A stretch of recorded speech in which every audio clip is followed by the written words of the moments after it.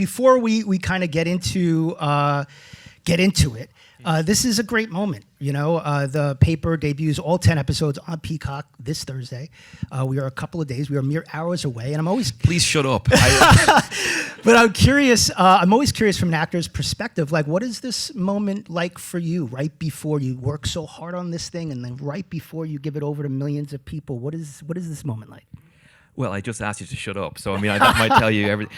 It's a strange feeling because I know what I think about the series. I know what I think about my co-stars and what we were trying to do. I know how I feel about what I've seen. And this is the last moment where it's just ours. It's that weird moment where you send it out and you find out what other people think, and they let you know.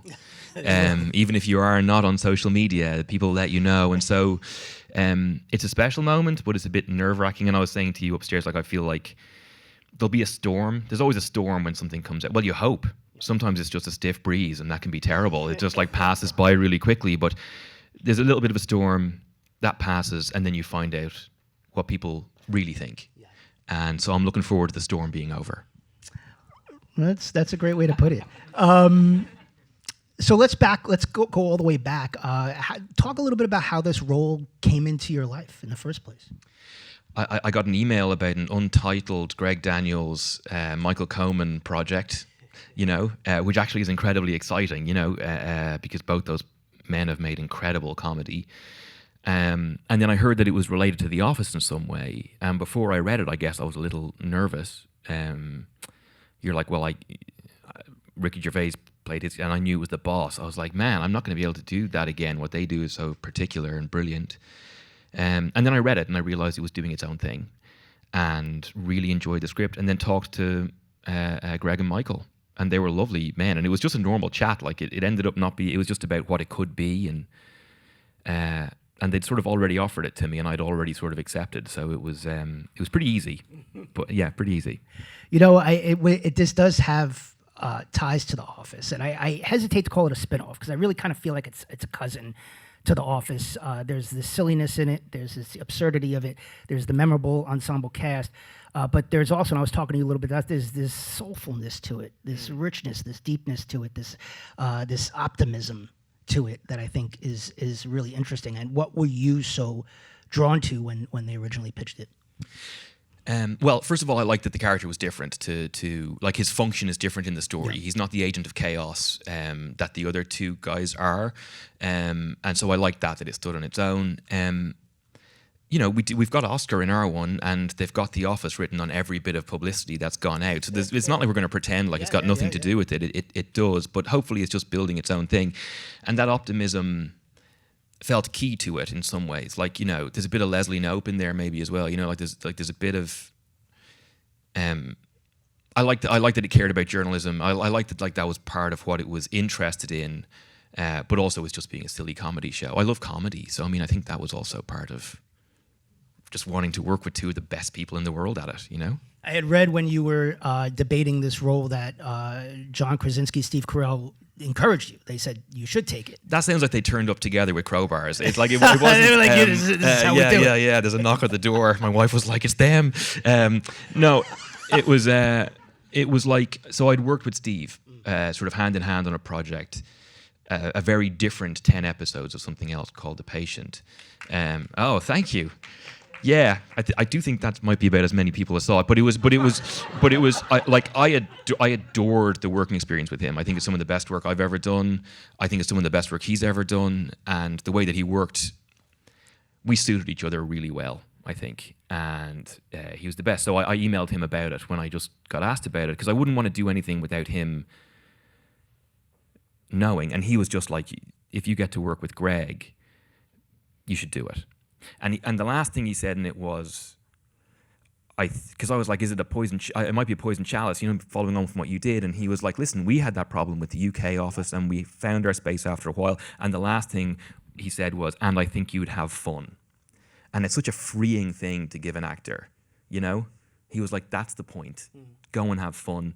And John was much the same. I was working with John then afterwards, and he was similarly really helpful and supportive, but not lots of advice. More support, encouragement, and go do your thing, which is like, that's people who really care, Yeah, that's what you want to hear. Yeah. I was mentioning to you upstairs that I had seen you at a premiere for a film you did, Ex Machina, which is a really great film, and really great film. And Yeah, once again, not a lot of. I mean, no, but I mention that because looking at your filmography, one of the things I love about you as an actor is that you're always doing something different. You're never giving the audience the same look at you as a performer. And I was curious, coming into this, what was the challenge that you hadn't necessarily taken on yet that really excited you about the paper? Yeah, that's really interesting. So, like, I hadn't done half-hour sitcom before. And like even half-hour sitcom in Ireland and England is a very, very different thing to American, in terms of the amount of episodes they do, in terms of what's an arc and what, in terms of what the underdog means, in terms of what's acceptable, in terms of still being your leading person, all that sort of stuff. Really different. But I love American comedy. Love it. And so getting to be at the center of that and figuring out my way to do it. And I think you guys saw 2 episodes. Greg often talks about, like, in his shows, the show's building, particularly over the first season, but then, I mean, if we get to do a second season, it'll be amazing. A big jump always to the second season too. He's always refining. So in a way, part of the challenge was going into something and being willing to change as it progresses, handing yourself over to the process, encouraging the strongest sense of ensemble that you can. I think it really matters that ensemble is happy going to work, and they're challenging circumstances. Like it's really quick scripts, it's last minute changes, it's all that sort of stuff, and you can start digging your heels in, and you're like, no, I want to be in this. I want to do this. Yeah. I want to be part of Greg's way of working. So that was maybe one of the challenges, was just letting myself go and doing the work and then showing up and having fun. Yeah, it's basically your whole life while you're doing it. I kind of hadn't, I mean, in terms of immersion, it's pretty full on for the 14, 15 weeks that you're doing it. It's quite a long stretch, to be doing for your weekends, to be learning new lines and new character changes and going to the writer's room. Like, I loved all of it, but it was, yeah. I feel like if I worked at a paper, and you're probably going to hear this from a lot of journalists, like everybody would want you as the editor-in-chief. I think you are. Ned is. Are you? Did you see the same 2 episodes I saw? No, but you know what I love about Ned, and one of the things I took away is, yes, he's a little bit of a clumsy boss, but he's a boss that believes in everyone. And I think sometimes when you work somewhere, you need one person to believe in you, and it helps unlock a part of you that you never knew you had. And I think as we go through this season, you see how Ned helps each of these characters unlock that something else that they have to give. And so I think he's really great in that way. But I mean, talk about becoming Ned and the editor-in-chief, and like what was the sort of maybe a piece of research that you did that really helped you unlock it, or was there something that you watched or saw or read that you were like, now I know who this guy is? Well, I mean, I went out to Ohio and traveled around a bit and hung out with journalists and shadowed some people, one of whom I just found out who was really passionate about it, and I shadowed her for a day and talked to her a lot, and I just found out that she's not a journalist anymore. She was in her 50s, I would say, 40s, 50s. I shouldn't have guessed her age. That's never a good thing to do, is it? What a mad thing to do. What a 30-something. We're going to say 30-something. She was in her early 20s, but I just found out that she's not a journalist anymore, and she was so passionate about it. And she was getting it done, and she cared about it. And when she talked about the state of the industry, it upset her, but she was still doing her job every day. I literally found out yesterday that she's not a journalist anymore. Just awful. And so I guess part of what I found out, this is, this guy hasn't been part of a paper since he was in college. So he had that youthful enthusiasm that only youth can bring. He's not seen the change. And at the time, this is 20 years ago, he's being told that it's a dying industry. He leaves for 15 years, whatever it is, and he comes back with no experience, right? Which comedically is great. But also in terms of his optimism, it's great. Because in a way, you would have to have been blind to the travails of news journalism over the last 15 years to enter it at his age with that much enthusiasm. And when I talk to young people who are going into it now, and the young people who are working at newspapers in Toledo, Cincinnati, Columbus, they were still getting into it. They're being told it's not Don't this do is a fucking with your terrible life. place to go to make money, to feel safe, all that sort of stuff. And it's a comedy show, and the point is to be funny. But that enthusiasm for it, that care about it, that passion for it, was like, I'm just taking that for Ned, because that really has to matter. That has to be his drive in the show, And there's lots of bits of chemistry between lots of different people in the show. But like the main thing that matters in the show is that it's a romance between them and the paper. Yeah.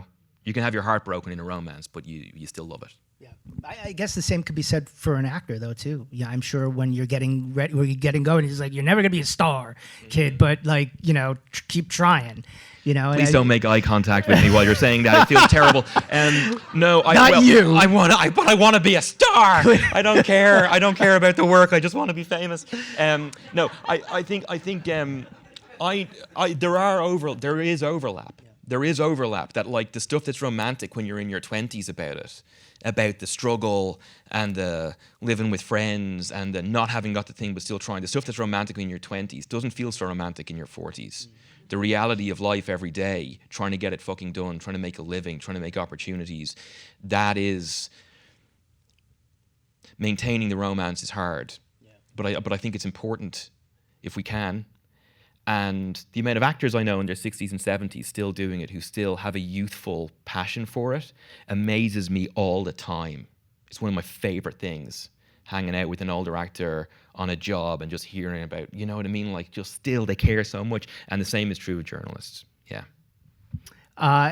We learn a little bit about Ned's history, and you mentioned it. He was selling toilet paper, great toilet paper salesman. I love the fact that they share the newsroom with a toilet paper company. It's fantastic writing. But how much of his life do they hand to you? How much do you kind of create in terms of knowing, how he was as a kid and growing up and what was important to him? And how much of that do you kind of get? Yeah. There's it's always finding out new stuff, which is kind of amazing. I think when you turn up on a film, what you find out about the character will often happen in scenes. You know what I mean? Like the way another character talks to you, you'll react to it in a way you're not expecting of your character, and you're like, oh, I guess that's who he is too. Cool. In this, it happens in the scenes, but it's also happening constantly behind the scenes with the writers, with Greg and Michael. Like, they would do little bits of improv when we were doing chemistry reads with people and all the rest of it. And they'd be like, oh, maybe that's who he is. And so they're always taking bits. They look at everything. So even the stuff that doesn't make it into the show, because the writing is so good, the writing on its own is the majority of the show, nearly all the show.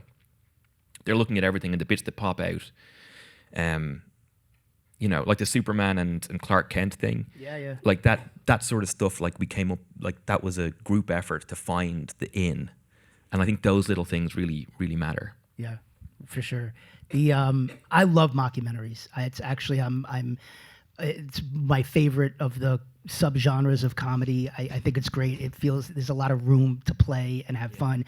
What is it like for you as an actor? There's a documentary crew that's following you. They're a documentary crew, but really they're the cameras that are shooting the show. And so, I mean, how does that change the way that you all perform? Essentially, it's another actor in the room, right? Or it's two other actors in the room. The two camera operators who are in there are two other characters who are in the room who are observing. And like, really good improv and a really good scene partner is somebody who's really listening. And the same is no different of those two camera operators.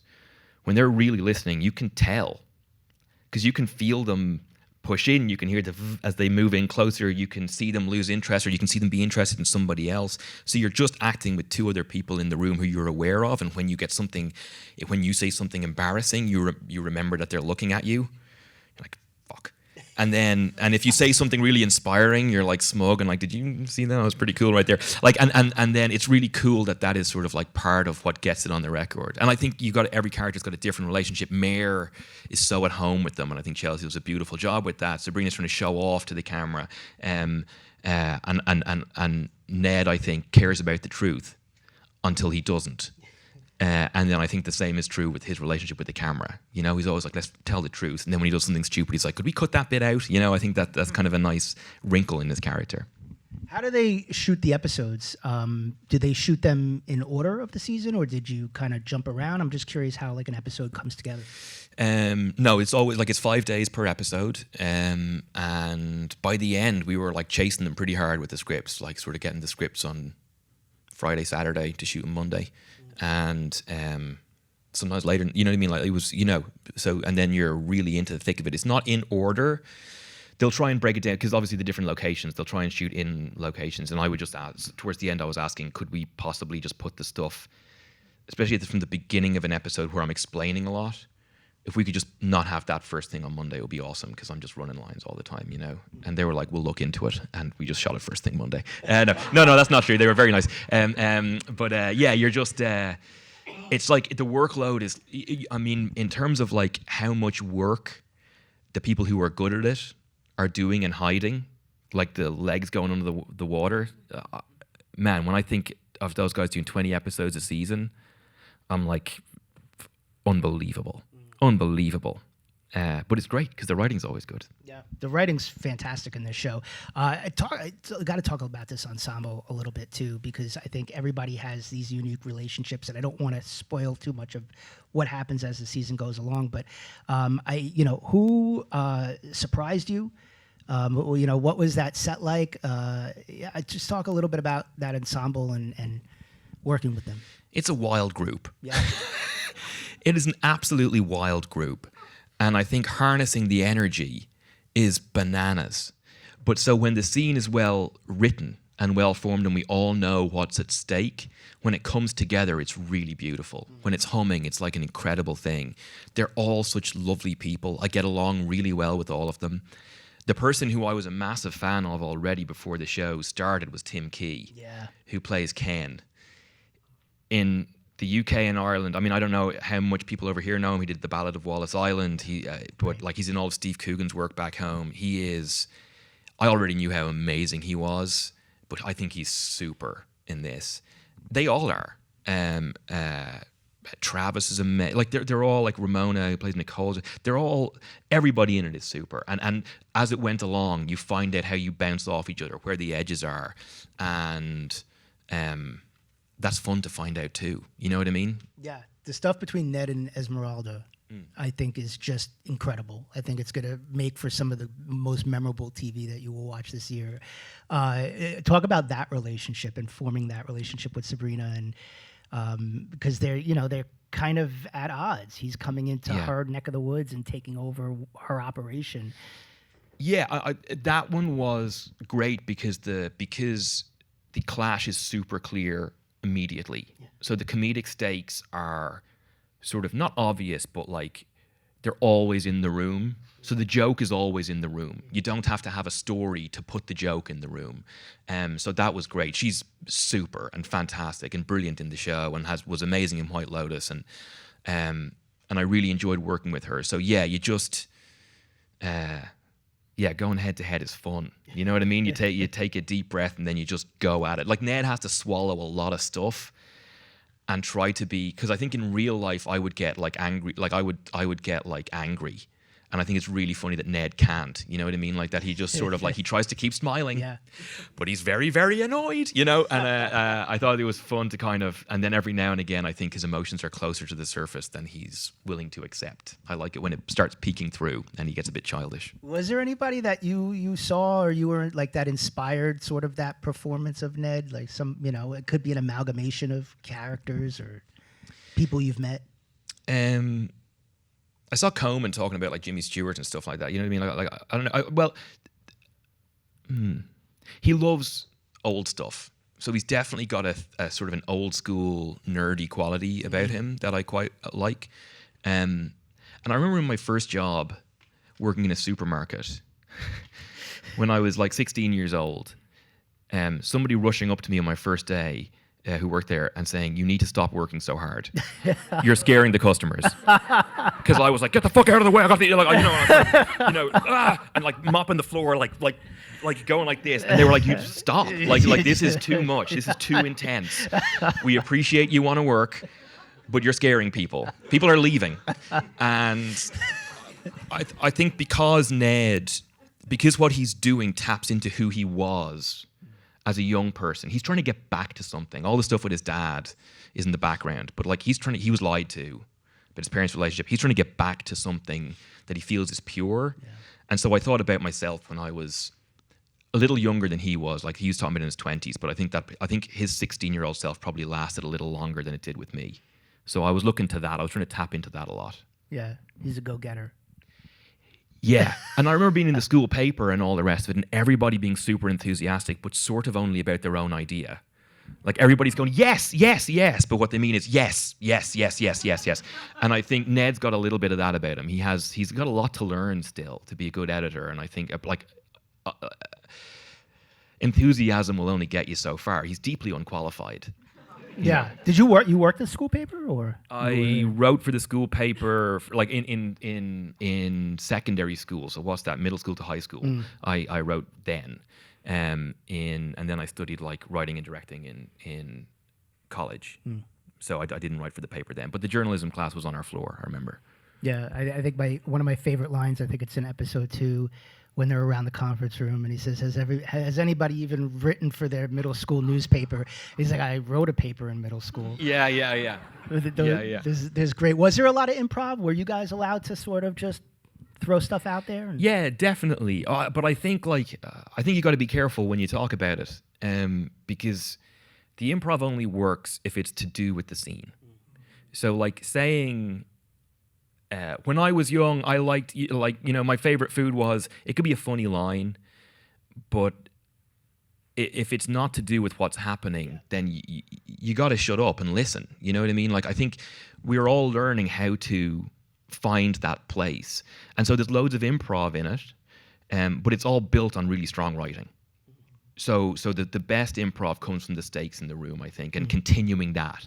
And digging into that. And so I think that's where I always worry when we talk about improv, that it feels like we're saying we did more than the writers, or that we are the ones who brought the funny lines, and that's just not true. Yeah, we have to start wrapping up, but I do want to. I improv'd loads, and loads of the best lines are mine. Yeah, the best lines are all came from you. We do have to start wrapping up. I have 2 quick questions though for you. We've only watched 2 episodes. My favorite episode, I think I'd go like 6 with the products. Oh yeah, amazing. Yeah, that's a good. Yeah, Eric Rahal wrote that, who plays Travis. They haven't Super watched it episode. yet, Yeah, so yeah. I'm not going to get into that. But I did have questions for you, because that's a great physical comedy episode, and also episode 10 I think is great. But do you have a favorite episode? I liked episode 8 was good.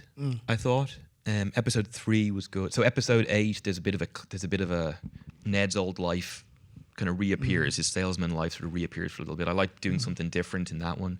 Episode 3, him and Mayor sort of work together to go track down a story, and I really like that. I think we found a lot on that. And then I do think episode 10 is not the funniest of the episodes, but I do think it's got heart.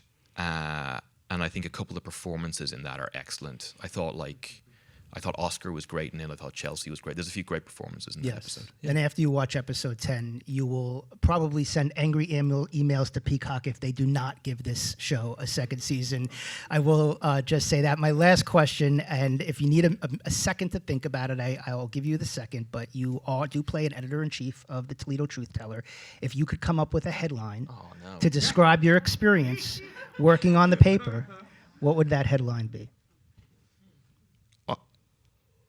I can't. I mean, what a horrible position to put me in. I just said that I improv lots of really good lines, and now I got fucking nothing. Shit. Great experience. I would say, what I would say, it would be just a big picture of me smiling really goofily, and then it would just say loved every second. Because I got to work with incredible people, and I think I care about the show that we made. I hope other people do, but we'll wait and see. And I also want to say thank you, everybody, for coming. It's really cool to come to this thing in SAG, which I really care about also. So thank you for having me. I appreciate it so much. Thank you. I loved every second of watching this series. I hope you do too. My name is Erik Davis. He is Domhnall Gleeson. The series is The Paper. Thanks so much for coming out today.